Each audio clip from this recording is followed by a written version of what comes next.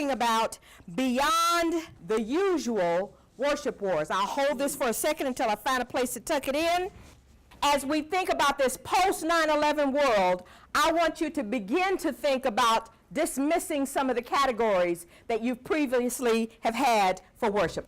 The generations in the workforce in some ways mirror the generations that you should find on your pews. We always say in an ideal world that the church should look like the demographics of the community where the church is located. As you look at the numbers here, we are losing the influence in the workforce of the World War II generation. We also call them the silent generation. But you look running neck and neck here, baby boomers, Generation X, and the millennials. I put Y2K there for the millennial folks. We are running neck and neck. Now, this is important to say that the millennials will outnumber people in the workforce pretty soon because the oldest millennial is only 33. And as we're starting to look at millennials gaining influence and gaining power, their numbers are only going to increase as they come of age and take the workforce by storm. So looking at generations in the church now, as you're starting to think about who's in your congregation, I want to point out that as we look at each generation having a soundtrack, every generation has a soundtrack. If you think about the music that defines a generation, you go back to that silent generation, which is around World War II. They were big bands, jazz, and swing. If we had another couple of moments, I would ask you to turn to your neighbor and describe the soundtrack that you have in your congregation's worship right now. They were big bands, jazz, and swing. The boomers, I'm a boomer, the boomer generation, we were known for rock and soul. So as you think about what kind of musical influences you are hearing in what we're commonly calling contemporary music, I want you to think when you go back home tonight, what's on the soundtrack, who's missing from the soundtrack, and who's missing from the pews. And often you will see a one-to-one correlation going here because the soundtrack of Gen X, does this have a pointer? Yes, the soundtrack of Gen X, look at it, hip-hop and grunge. And when you start thinking about the soundtrack of your congregation, unless you're real progressive here, you're going to find that most of the time the soundtrack is going to be in the top two layers. Now, the millennial generation, they're easy. They do samples and mashups. If anybody understands the language, raise your hand. They like old school, they like new school, and they make a few things up themselves. So we're finding out that millennials that are coming along here are going to be a lot easier to entertain in the worship sphere. Not that worship is entertainment, but bringing them in will be a lot easier than bringing in Gen X. Most of you, how many will agree that Gen X is missing from your church? That's because you're not playing their soundtrack. All right, let's move along here. We are still in the worship wars. But I want to say that the worship wars did not begin when contemporary music entered the sphere. I would like to suggest that if you go a little bit further, when we think about worship wars, you usually thought about liturgical worship versus camp meeting worship. That was the old worship war that was going on. Yeah, oh yeah. That's a familiar scene from, I'm coming from Oklahoma and, down that way. That's a familiar scene back there. Going back to the stained glass window and the traditional views of what church were, you'll find that many of you are descendants of denominations that were a lot more formal in their worship. Now, somewhere in the 1800s, there was a great awakening, the second great awakening in America. The first Great Awakening had a lot of emotionalism, a lot of evangelistic fervor, and lots of other things going on.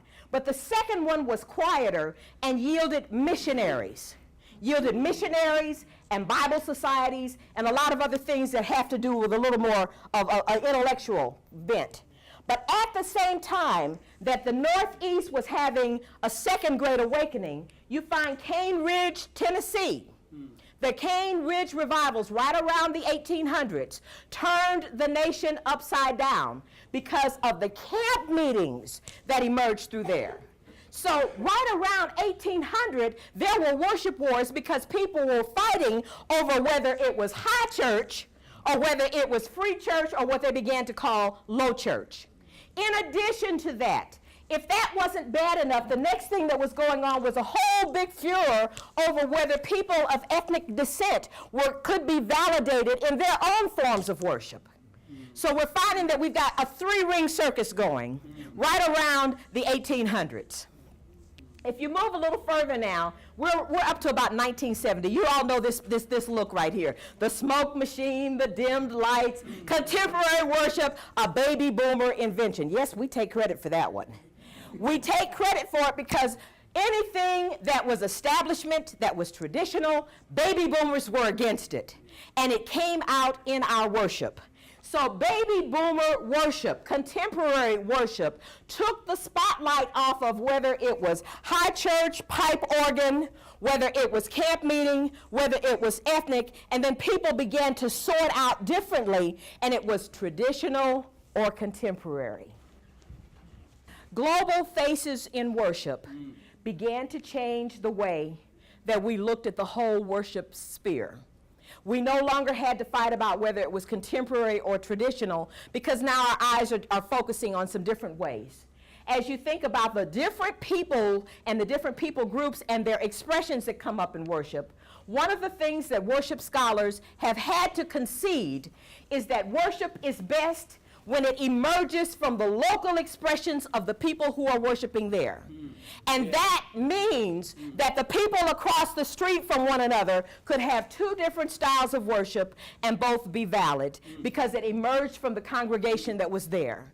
There are certain basics, there are certain non-negotiables about Christian worship, but worship is best when it emerges from the people who are worshiping. Now, just when we thought we had this thing nailed down, in comes Emergent. Oh, yeah. That's a totally different look. Yeah. Everything else looked kind of another one just like the other one, just with a different set of ethnic clothing on or with a different instrumentation, different, but Emergent is the thing that's now blowing us all out of the saddle. And we're finding that Emergent is coming from that millennial generation. And we're back to this again, looking at the numbers, 27.4 and growing, and we're seeing that as we look at the cultural landscape, the silent generation had money, and they're the last generation that's been provided for in retirement. The boomers were anti-authoritarian, and y'all know all about us. Gen X is savvy, entrepreneurial, they're loners, and they're a little bit pessimistic. But this millennial generation, they are the largest generation in American history. They are the most educated generation in American history. They tend to stay at home with their parents longer, anybody got a witness, than any other generation. And you might as well keep your hands up because they are more selective about employment than any previous generation. And we find that they are family first. I won't linger here because I'm down to, 2 or 3 minutes now. They are family first. They stay in touch with their friends. They're respectful. And they still ask their parents about major decisions. This millennial generation has a different multicultural landscape. Just take a quick look at the graph. This comes from Smithsonian.com. You find that the world that they live in is much more multicultural than any of us grew up in. And so they want a church where their friends can come. They are part of a religious climate in America that says it's spiritual but not religious. Yeah, so they don't need the church to be spiritual, as they call it. So we find that as they did a survey, this was Tom Rayner and Jess Rayner, you might know them from Lifeway. They did a survey and found that only 13% of them thought spirituality was important at all. And only 6% of them identified with the basic statements of evangelical faith. Out of 1,200 respondents of different nationalities, all in that millennial generation. So we're finding they're not real churchy at all, so you've got to work a little bit harder.